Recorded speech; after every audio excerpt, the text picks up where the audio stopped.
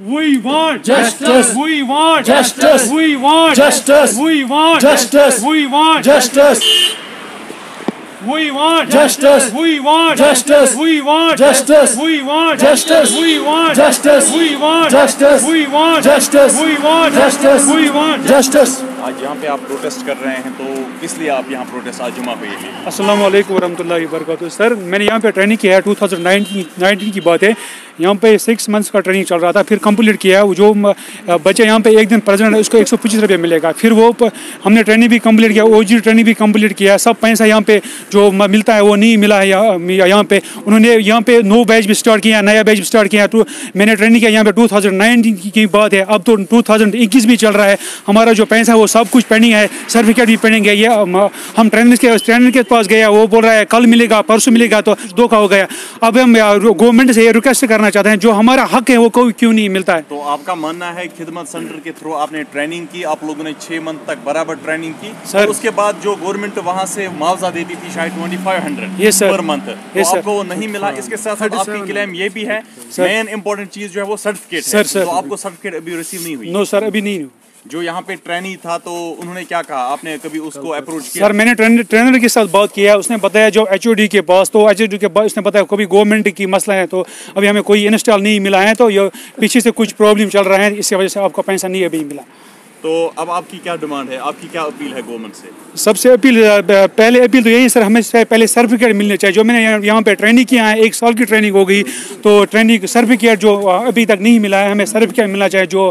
जो हमारा जो पैसा सब कुछ अभी पेंडिंग है वो भी मिलना चाहिए। आप मुख्तलिफ शोबे से है, आप लोग ने ट्रेनिंग की, लेकिन किस किस चीज़ की ट्रेनिंग आप लोग? सर यहाँ पे किया इलेक्ट्रिशियन में और होटल मैनेजमेंट में सर, और रिटेल में सर। तो वो सर्टिफिकेट बहुत इंपॉर्टेंट है? ये सर बहुत इंपॉर्टेंट है सर। अच्छा, बाकी जगहों पे जो खिदमत सेंटर्स है वहाँ पे उन्होंने इजरा किए हैं सर्टिफिकेट्स जो 2019? हाँ सर किए हैं sir.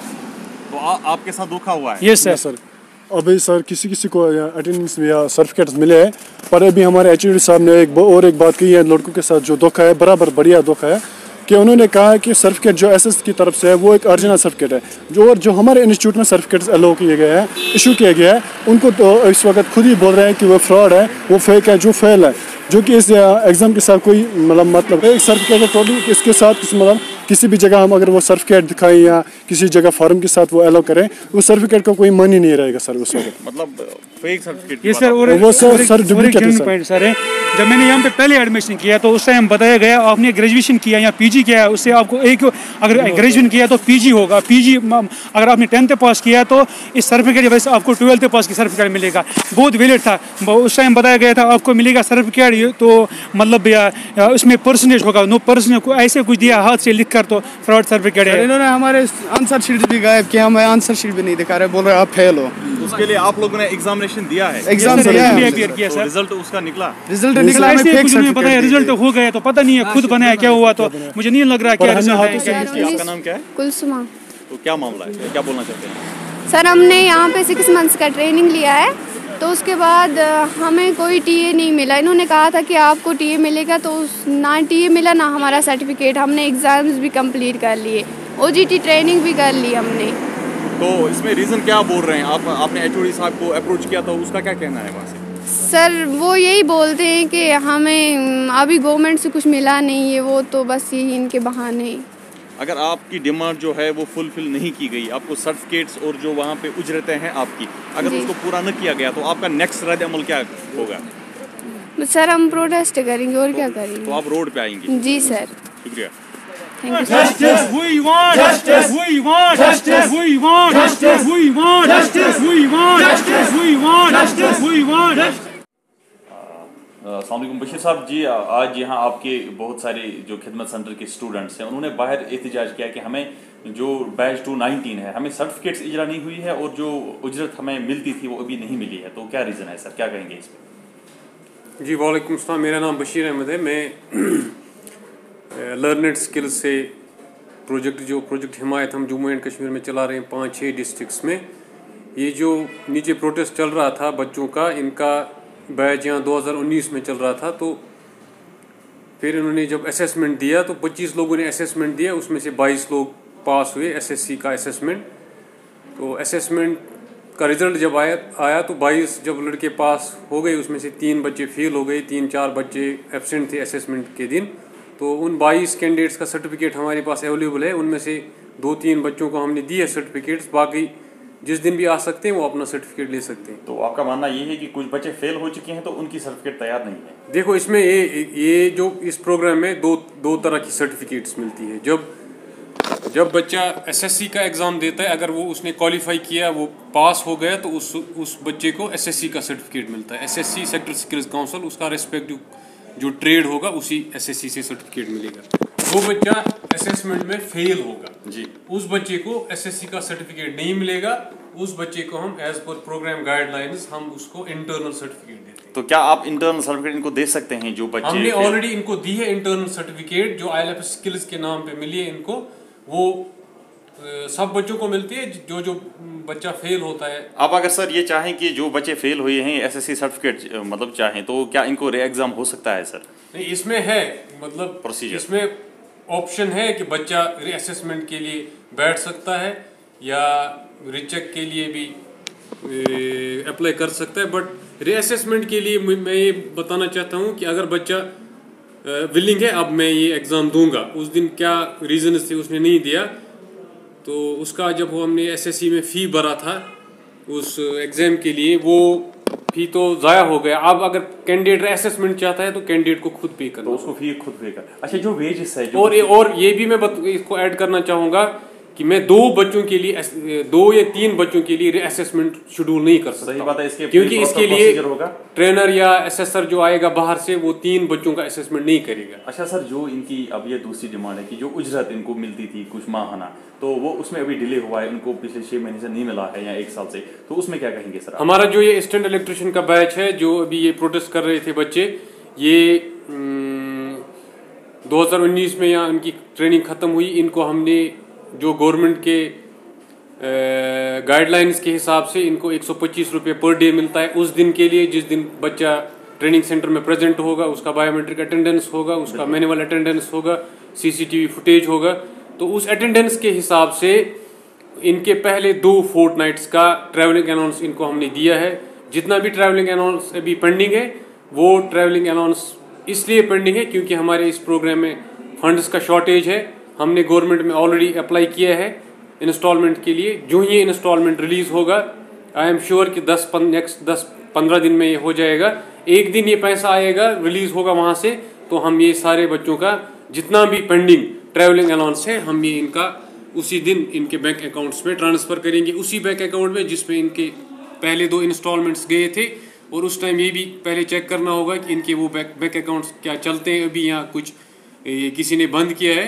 Once we will confirm those accounts are active, तो पैसा मिलने के बाद विद इन 1 वीक हम ये सारा पैसा क्लियर। शॉर्टेज ऑफ फंड सिर्फ कुपवारा डिस्ट्रिक्ट के लिए है या ओवरऑल इस वक्त वैली में शॉर्टेज? जी, मैं ये हिमायत के हमारे पास 2 प्रोजेक्ट्स है, मैं एक पूरा प्रोग्राम देखता हूँ।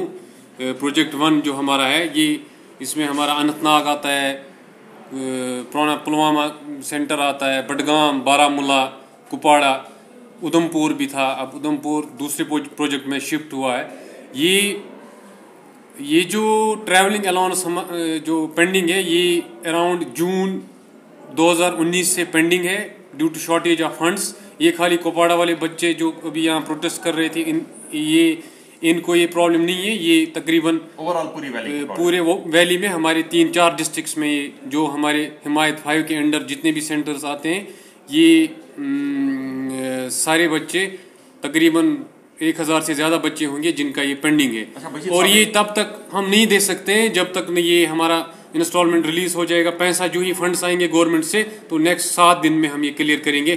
खाली कुपवाड़ा में नहीं, बारामूला में भी, बडगाम में भी, अनंतनाग में भी, पुलवामा में भी और उधमपुर में भी। बशीर साहब, एक और क्वेश्चन पूछना चाहूँगा मैं। जैसा कि बच्चे कह रहे हैं, अभी आप ही ने कहा कि वो एग्जाम नहीं दे सकते हैं, कम बच्चे यहाँ पर तो 3 ही फेल हो चुके हैं, तो उनका अगर ऑल्टरनेट आप बनाएंगे, क्योंकि आप ऑल्टरनेट ये है, मुझे ये काउंट करना पड़ेगा पूरे प्रोजेक्ट में, मुझे डिटेल्स कंपाइल करनी पड़ेगी सारे डिस्ट्रिक्ट से। फॉर एग्जांपल बारामूला में अगर असिस्टेंट इलेक्ट्रिशियन या किसी ट्रेड के बच्चे फेल हुए हैं, बारामूला से, बडगाम से, पुलवामा से और ये अनंतनाग से, कुपवाड़ा से, तो कंबाइन मुझे देखना पड़ेगा कि मेरे असिस्टेंट इलेक्ट्रिशियन के कितने बच्चे फेल हो गए हैं।